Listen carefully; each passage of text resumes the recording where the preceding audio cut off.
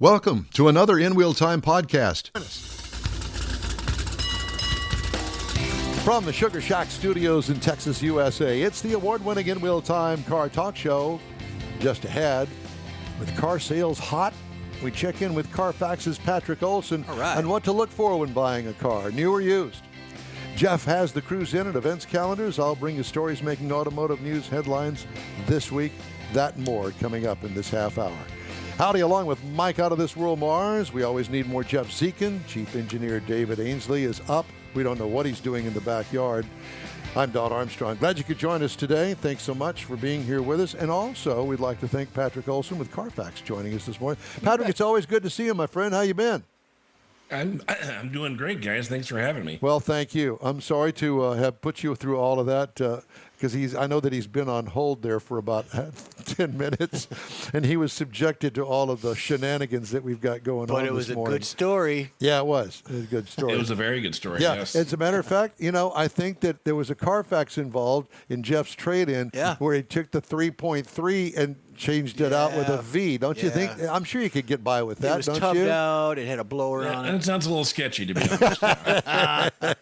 There's no doubt about it. So I don't know whether you want to start with new or used cars. I know that your thing is used cars, but I know that you're really focused in on new car sales because new car sales has a direct impact on used car sales. Give us your take on that. So I would say, in terms of buying new, like right now is probably a great time as the questions about tariffs are kicking around. There's still a decent amount of inventory on dealers' lots right now that was there before the tariffs. And so dealers are eager to, sell those. And we definitely saw a surge in sales in March and the first half of April as kind of double what we saw a year before. So there's definitely a lot of consumers who are trying to beat whatever price hikes are coming with tariffs. So if you want to buy new, I think now is a good time to go out and see what's around before the pickings get slim. Well, But of course, for me, I'm always thinking about used cars. And, as we get to graduation or summer jobs or teenagers, things like that, I think parents have to consider a lot of things when they're figuring out what car to get their teen or their grad. Well, and, I will tell you that there was a time, not that long, well, it was a long time ago, but it wasn't a long time ago for us older friends. And I will say that I had a chance to, give my daughter a 16th birthday gift for a car. And I went out and found a slightly used car that had been repossessed somewhere in the Carolinas. And it was a stripped-down model of a Ford Focus. It was less than a year old. It had 1,200 miles on it, burn holes in the back seat from cigarettes or other things. And it had a 5-speed manual transmission and crank windows and a 2-door, black with a beige interior. She still has the car, will not get rid of it. Of course, it's not worth any money, but it's sentimental value. But there are those kinds of cars out there in the used car market that I think are real bargains not to be overlooked, especially if you're trying to save a few bucks. Absolutely. For example, my daughter went out recently and bought a 3-year-old used Hyundai Kona that only had 12,000 miles on it coming off of a 3-year lease. So she found, quite a great specimen for her. I think the crucial thing is make sure you know what the car's history is. Like for a car with 1,200 miles, that's a great find, but I would be worried about why is it for sale after only 1,200 miles. Was it a lemon? Had it been in a flood? Something like that. And that's where the vehicle history report from CarFax can really save your hide. Right. And this particular car that I bought her, it seemed to be, there was nothing wrong with it. It hadn't been wrecked, none of that stuff. But about 3,000 miles into it, after we took ownership of it, the clutch went out. And it turned out that and it had one of those slave cylinders inside the bell housing and all that sort of stuff. And it would have been fairly expensive to fix had I not bought it through the dealership because it came with a limited warranty that it covered that. Yeah. So that's something else to keep in mind. I absolutely agree. So a lot of people think that all extended warranties, which isn't your situation, but for a lot of folks, the extended warranty is an option. To me, as long as you can negotiate the price to a reasonable amount, they'll very often start at $3,000 or so to get one. I have negotiated several times for used cars. The last one was several years ago, but like $1,600. And for me, every time it's paid off. My son had a Ford Escape, and he left all the windows open in a thunderstorm in Illinois, and it poured water right into the transmission, right through the gear selector. And it was a $3,000 fix that was covered by that extended warranty. So, there's some peace of mind there. Yes, there's an expense, and yes, you might not ever use it. But to me, that really paid off. Well, we see so many warranties now after the warranty is over with your regular car, whether it be extended. You know what I'm talking about. Yes. And I had to deal with one just a few years ago, a friend of mine's car, and it was an absolute nightmare dealing with this car. Well, we'll cover that, but we won't cover this, that kind of thing. My take is on it, if you've got a car that you've done all the homework on it, you've got your CarFax, you've done everything right. Yep. If you want to have an extended warranty, my suggestion is, of course, if it's not too much, set aside $50 a month, put it in a special account, and that is your rainy day CarFix account, because that's what you're going to do if you have an extended warranty. Yeah, for sure. And then you still have the money if you never need it, which is the real benefit of that. Yeah, for sure. Exactly. No, absolutely. What is it? What's a good bargain in the used car market right now?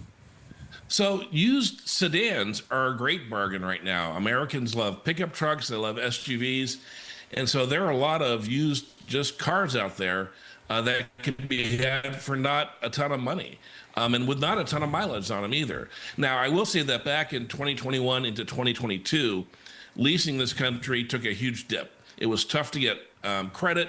And so there's many fewer lease cars coming off of leases than there were, say, in 2023, 2024. So that makes it a little harder to find those deals.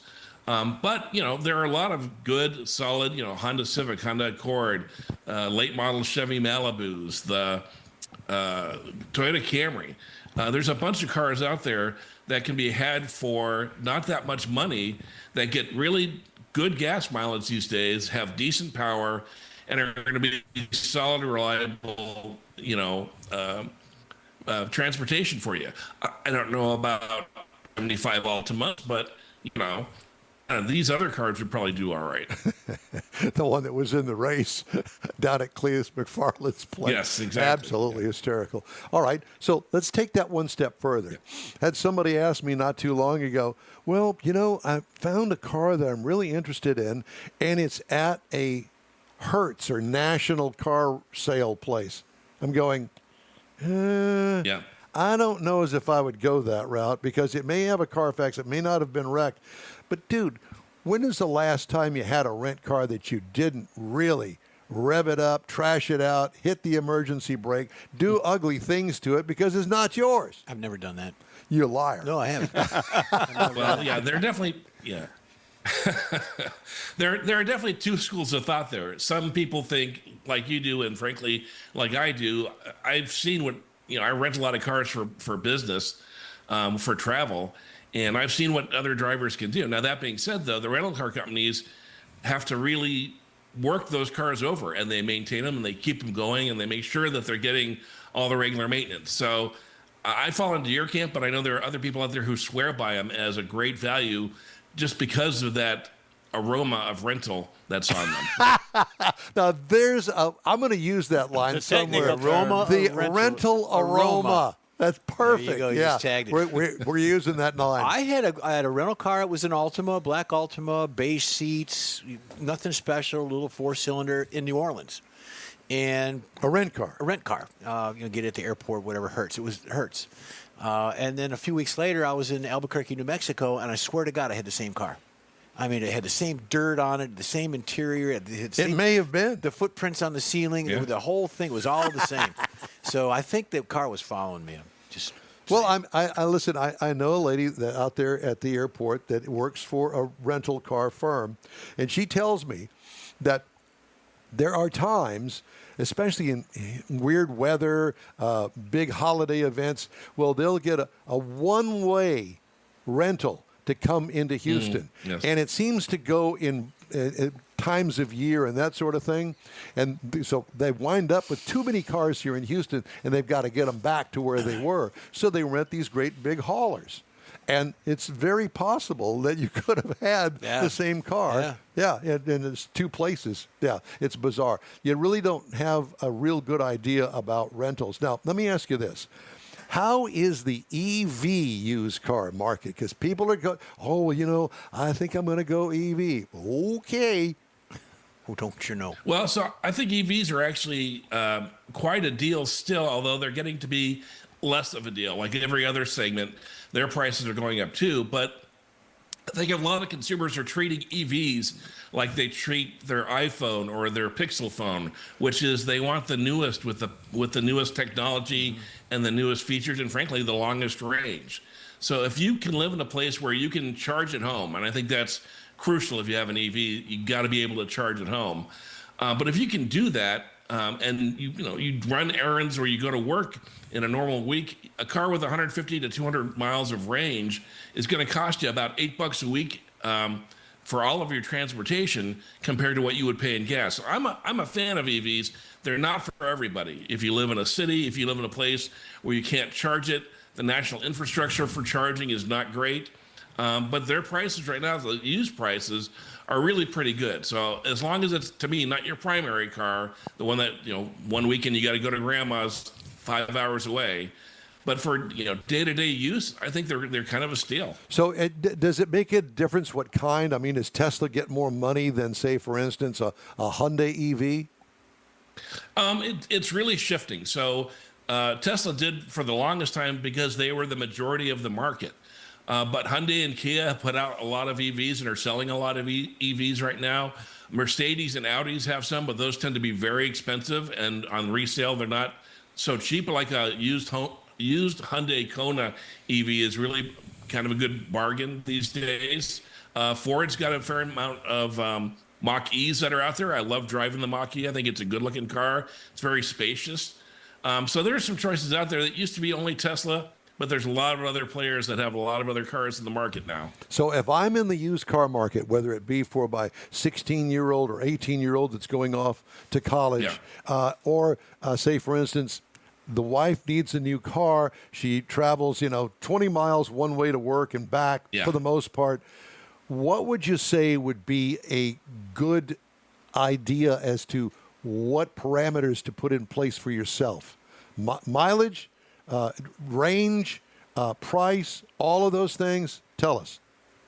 Well, definitely range. And the beauty of most EVs is they tend to have, if they built in the last 5 years, they tend to have all of the most updated driver assist systems, right? Like blind spot warning, rear cross traffic alert, automatic braking. So, and for me, for young drivers, I'm not necessarily sure I would get them an EV unless they were really well trained in how to charge it and knew where to get more charging. But that blind spot warning has been shown in studies to be the most helpful tool to drivers. And for new drivers, that rear cross traffic alert that stops them from running into a post or running into a car in the parking lot at the grocery store, hugely helpful. So those are the things I would look for. Patrick, what kind of resources do you have at CarFax.com? So if you go to CarFax.com, we can tell you the best SUV, the best sedan. We can tell you the best EV.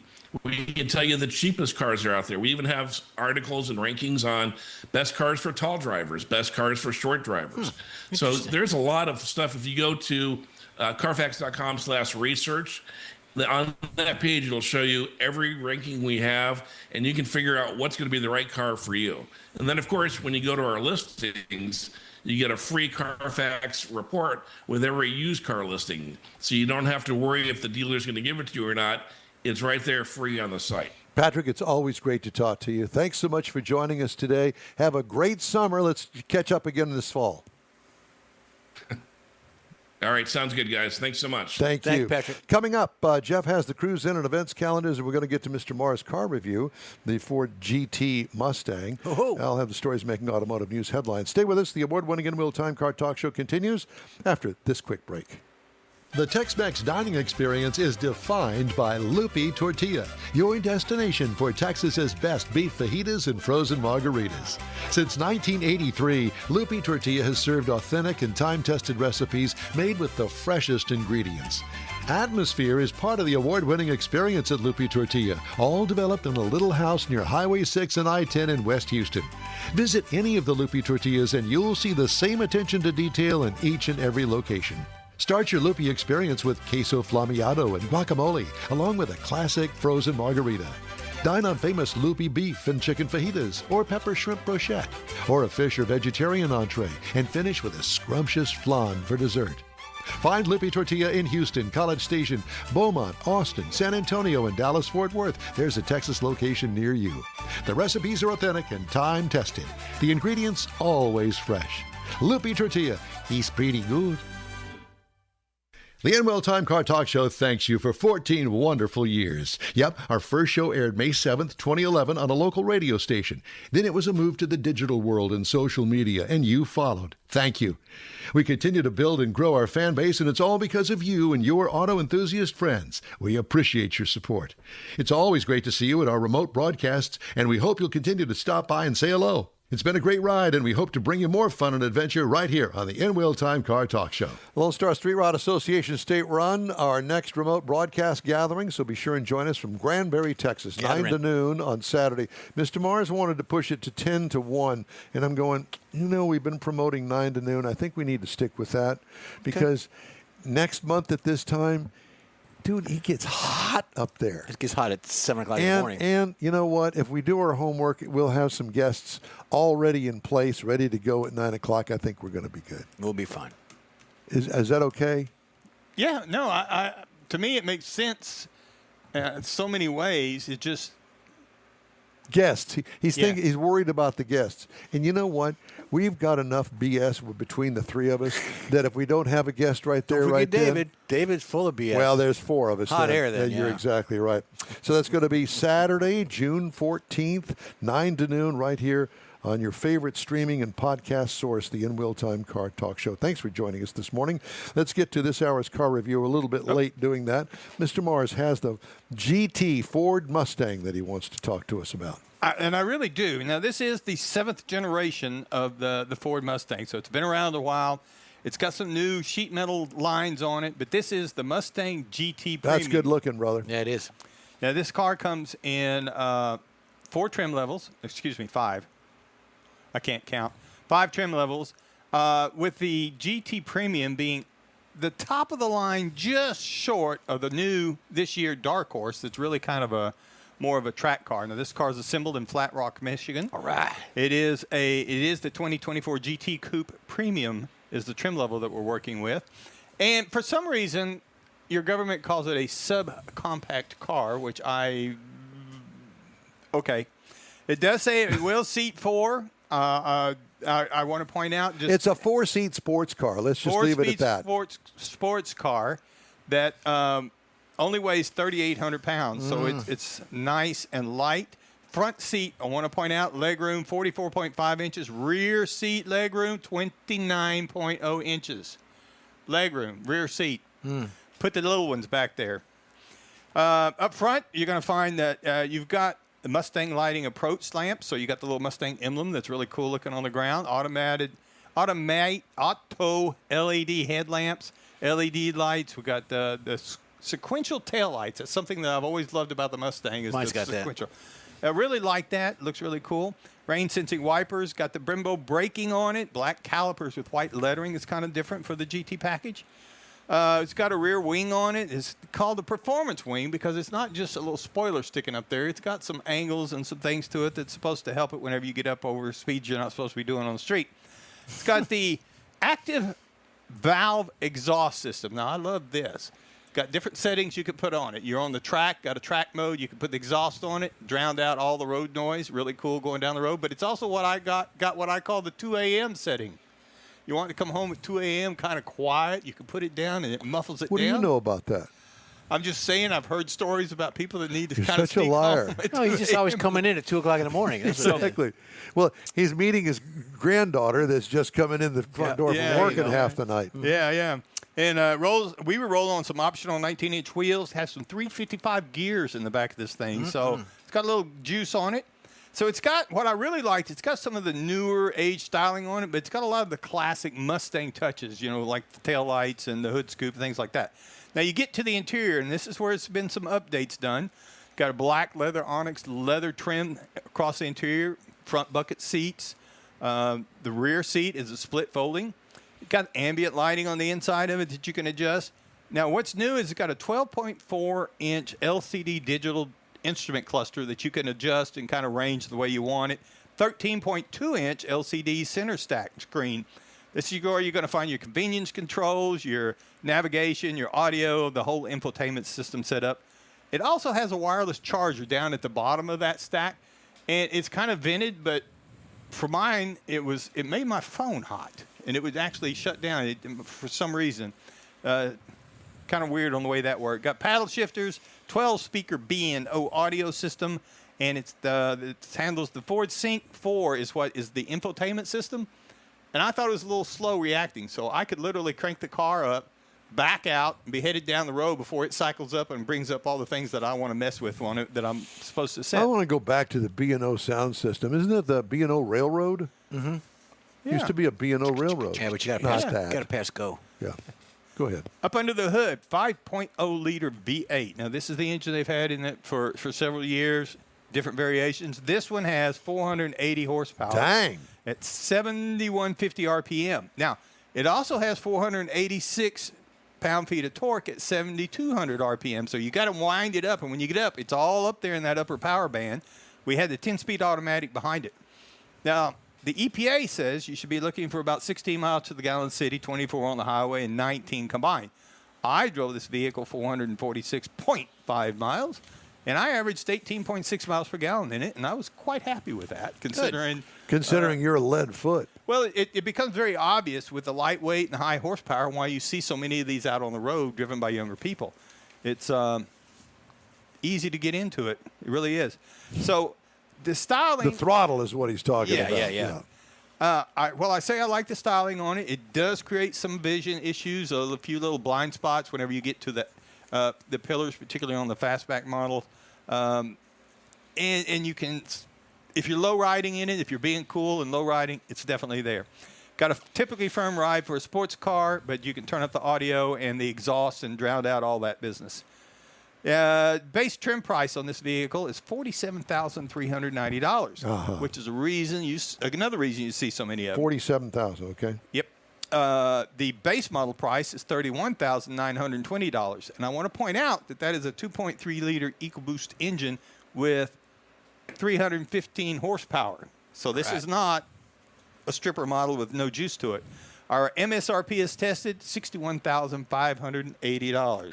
Had a few options on it. Looking for something to compare it to. I mean, obviously the Dodge Challenger that they don't make anymore, but I found a 2023. They started around 30. 24 Chevrolet Camaro starts at $32,495, and the 24 Nissan Z started at $42,970. So there's some more two-door coupe, small 4-passenger vehicles that you can compare it to, but it's definitely the Mustang. If you're looking for a Mustang, it's one you're looking for. Thank you, sir. Time now for the Cruise In and events calendars. Jeffrey has that. You betcha. So next week, the 24th, you got Saturday at the Ranch. This is in College Station, Texas, 4115 Texas 6 Frontage Road from 11 a.m. to 3 p.m. Now, this is actually for two-wheelers and four-wheelers. It's going to be at the Ranch Harley-Davidson. The Ranch RV in College Station is for cars and motorcycles, trucks, everything with a wheel. So they've got, they're hosting some exciting things. They've got beverages, both adults Wheelbarrow and non-adult. races? No, but they've got the Glitz Dolls are coming. The Glitz Dolls will be there. I have no idea what that means. DJ Nick Don's Catalina's smiling Beats. like he knows. Yep. And Macondo Grill food truck's going to be there. So very, Barbies. very exciting. Again, on the 24th, you got Montgomery Cruise, weekly cruise into Montgomery, 943 Eva Street in Montgomery. So that goes from 6 to 9. It's behind McDonald's and O'Reilly's in the parking lot by the Brookshire Brothers. So if they're still open, go get yourself a suit. On the 25th, you got rides. A suit. A new suit. New suit, a Brooks Brothers suit. Might get some shoes, too. Rides and Coffee on May 25th. That's Sunday, 9 a.m. to noon. It's in Katy, Texas. Got a lot of stuff going on there for Rides and Coffee.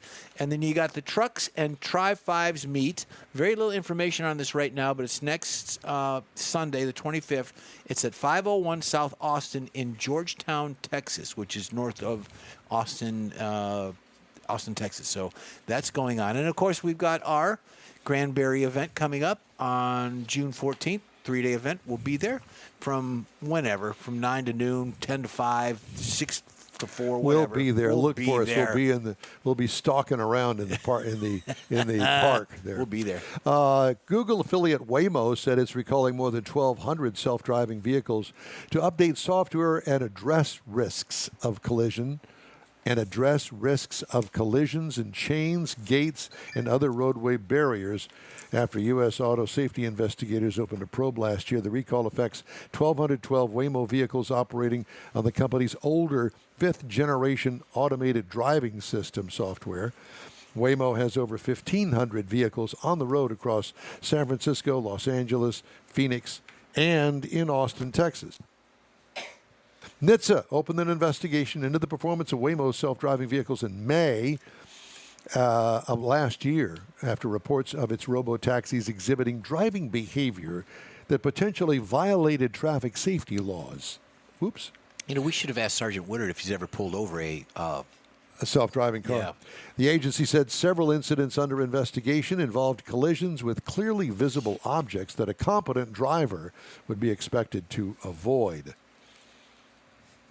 Waymo, GM's Cruise come under increased regulatory scrutiny following a 2023 incident where a pedestrian was seriously injured by a Cruise vehicle.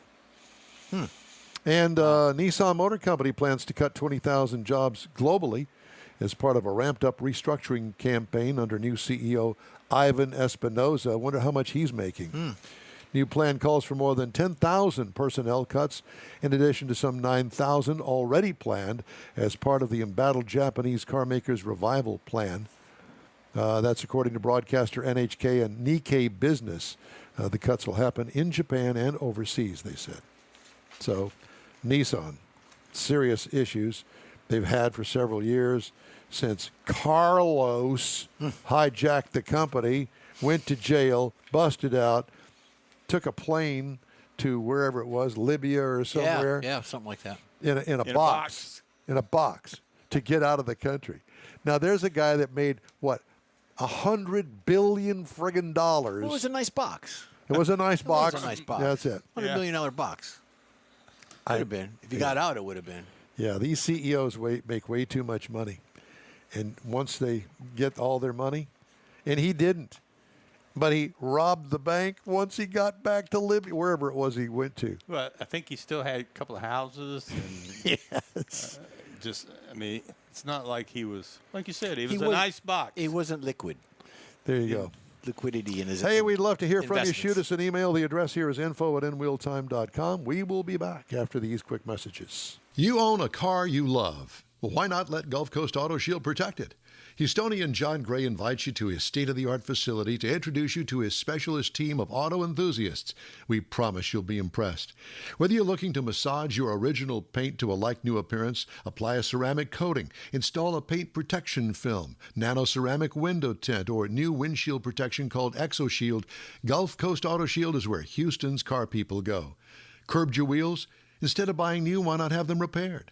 How about a professionally installed radar detector? Gulf Coast Auto Shield does that too. Get a peek inside the shop and look at the services offered by getting online and heading to gcautoshield.com. Better yet, stop by their facility at 11275 South Sam Houston Tollway, just south of the Southwest Freeway, and get a personal tour. Gulf Coast Auto Shield is your place to go for all things exterior. Call them today, 832-930-5655 or gcautoshield.com. The In Time Car Talk Show thanks you for 14 wonderful years. Yep, our first show aired May 7th, 2011 on a local radio station. Then it was a move to the digital world and social media, and you followed. Thank you. We continue to build and grow our fan base, and it's all because of you and your auto enthusiast friends. We appreciate your support. It's always great to see you at our remote broadcasts, and we hope you'll continue to stop by and say hello. It's been a great ride, and we hope to bring you more fun and adventure right here on the In Time Car Talk Show. That's it for this podcast episode of the In Time Car Show. I'm Don Armstrong, inviting you to join us for our live show every Saturday morning on Facebook, YouTube, Twitch, and our InWheelTime.com website. Podcasts are available on Apple Podcasts, Spotify, Stitcher, iHeart Podcast, Podcast Addict, TuneIn, Pandora, and Amazon Music. Keep listening, and we'll see you soon.